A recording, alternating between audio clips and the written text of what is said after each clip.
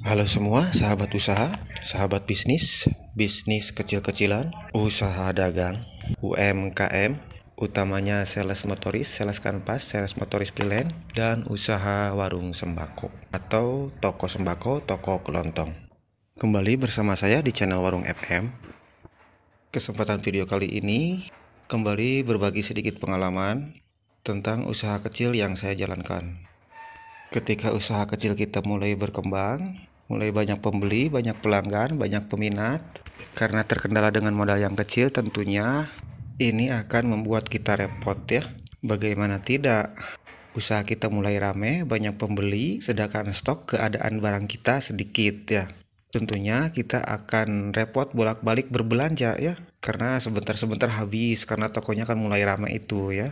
Sedangkan margin yang kita dapatkan dari usaha jual produk sembako atau produk harian ini kan margin keuntungannya kira-kira di antara 5% sampai 10% ya. Sedangkan pelanggan kita mulai banyak, untuk menambah item dagangan tersebut kita memerlukan waktu yang agak lama ya. Dan solusinya tentunya kita perlu tambahan modal, karena sayang kan usahanya ulah mulai berkembang, pelanggan mulai banyak, sementara stok dagangan kita sedikit atau bahkan saking ramenya bisa sampai kosong ya.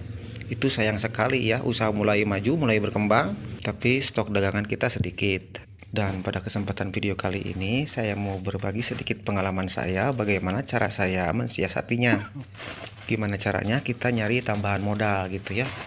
Tentunya hal yang paling mudah adalah kita mengandalkan atau menggunakan pinjaman ke bank ya.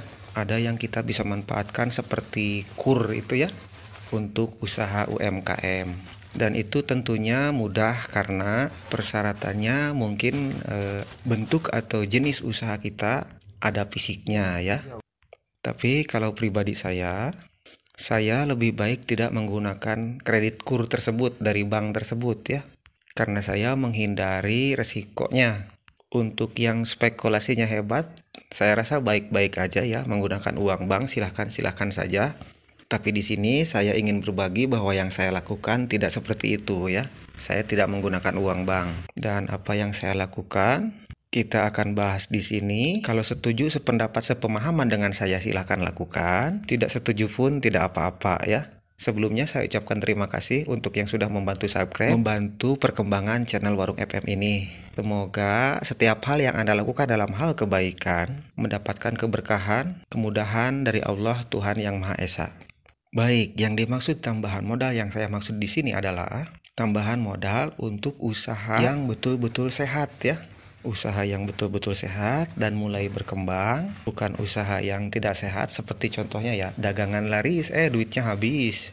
Itu kan kesannya nggak sehat ya kalau seperti itu. Nah, yang saya bicarakan di sini adalah maksudnya toko atau warung atau usaha kecil yang mulai berkembang dan kondisi manajemen keuangannya sehat ya, seperti itu ya, mohon maaf ya. Dan seperti apa saya menambah modal atau mencari tambahan modal untuk usaha yang mulai berkembang? Dalam hal usaha kecil saya memanfaatkan relasi atau hubungan dagang, baik dengan agen, dengan grosir, dengan teman sesama sales freelance, atau bahkan dengan distributor ya. Caranya seperti apa? Tentunya kita dengan membangun personal branding ya, kalau kata ahli-ahli ekonomi itu.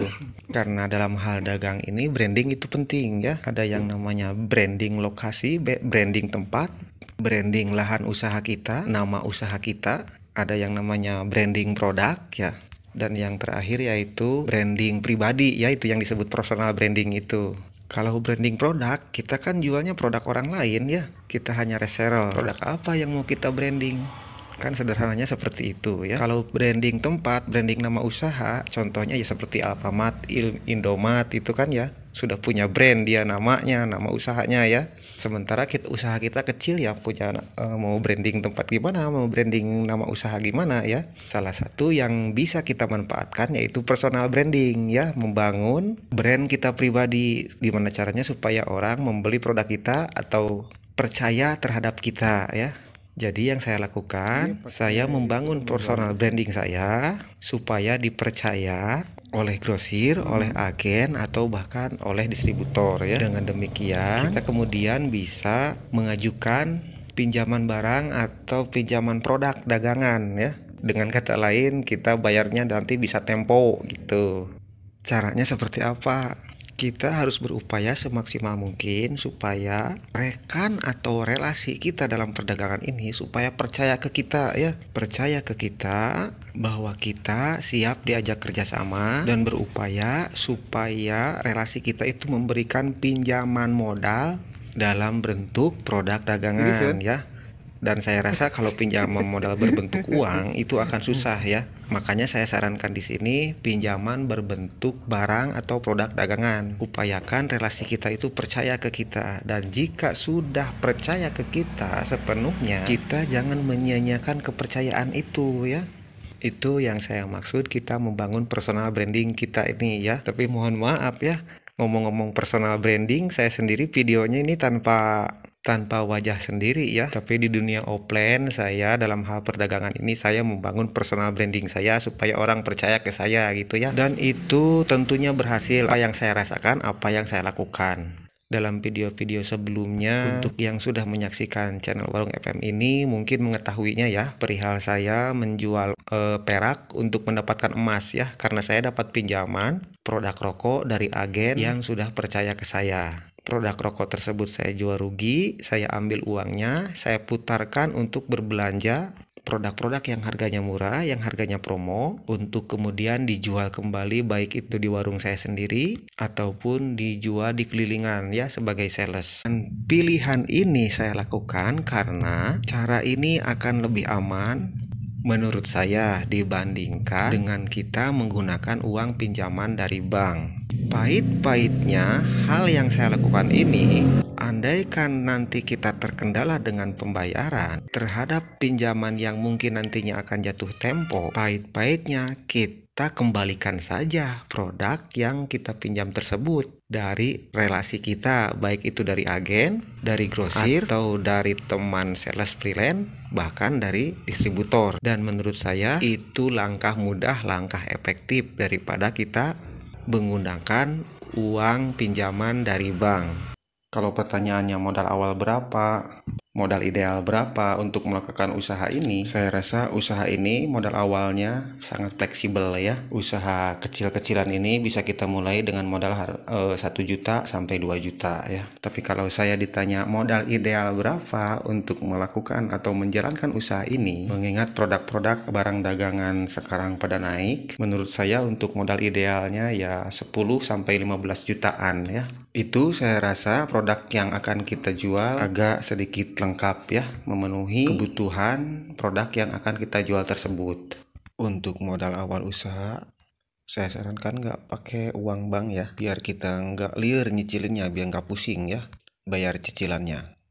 Malah kalau saya dulu parah waktu pertama jalanin usaha ini, modal sangat minim, 1 juta 2 jutaan. Malah lebih ke modal nekat kalau saya dulu ya, sama berani capek pada intinya seperti itu ya. Ya maklumlah, perintis ya, kalau saya nih bukan pewaris gitu ya. Saya kira demikian sharing pada kesempatan kali ini. Semoga ada yang bisa diambil manfaatnya tanpa bermaksud menggurui ataupun mengajari. Ini hanyalah bagian sharing dari apa yang saya lakukan terhadap usaha kecil saya dan menambah modal untuk ngembangin usaha kecil saya. Sampai jumpa di video selanjutnya. Salam sehat, salam bahagia untuk keluarga. Wabillahi taufik wal hidayah. Wassalamualaikum warahmatullahi wabarakatuh. Sampai jumpa di video selanjutnya. Terima kasih banyak untuk yang sudah membantu subrek.